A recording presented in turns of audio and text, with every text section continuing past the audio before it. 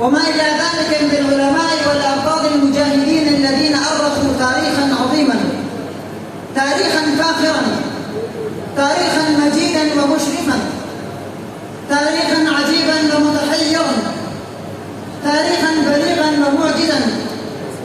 هؤلاء العلماء ورفقاؤهم الذين بذلوا الغالي والرخيص قاموا دورا فعالا، أدوا فعالا عظيما من شعار الحرب في ميدان الشاملي وإقامة الحركة من المنديل الحريري، وثبتوا ثبوت الجهاد، ثبتوا ثبوت الجبال الراسيات، وقاوموا مقاومة شديدة حتى خر الإمكاني رافعا ذنبه خائبا خاسرا إلى وطنه الأصيل.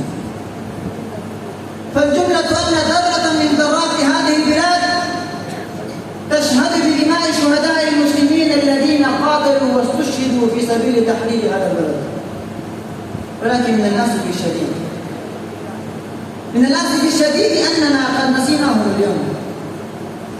والله قد نسينا تزكيات آبائنا، قد نسينا تزكيات آبائنا ومحاولات كبارنا.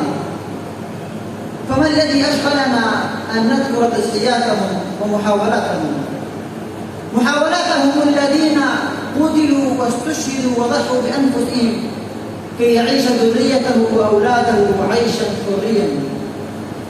فيا معشر المسلمين، هيا بنا نجعل هذا اليوم عيدا وطنيا ليكون ذكرى لأبطال المجاهدين الذين أرخوا تاريخا عظيما، وقوة تصرع في قلوب المؤمنين، ونورا يدفع الإيمان للمجد والكفاح لأجل هذا البلد الأمين.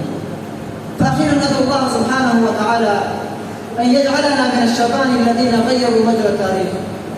لقد أجاد شاعر حين قال: شباب الجيل للإسلام عودوا، وفأنتم روحه وبكم يسودون.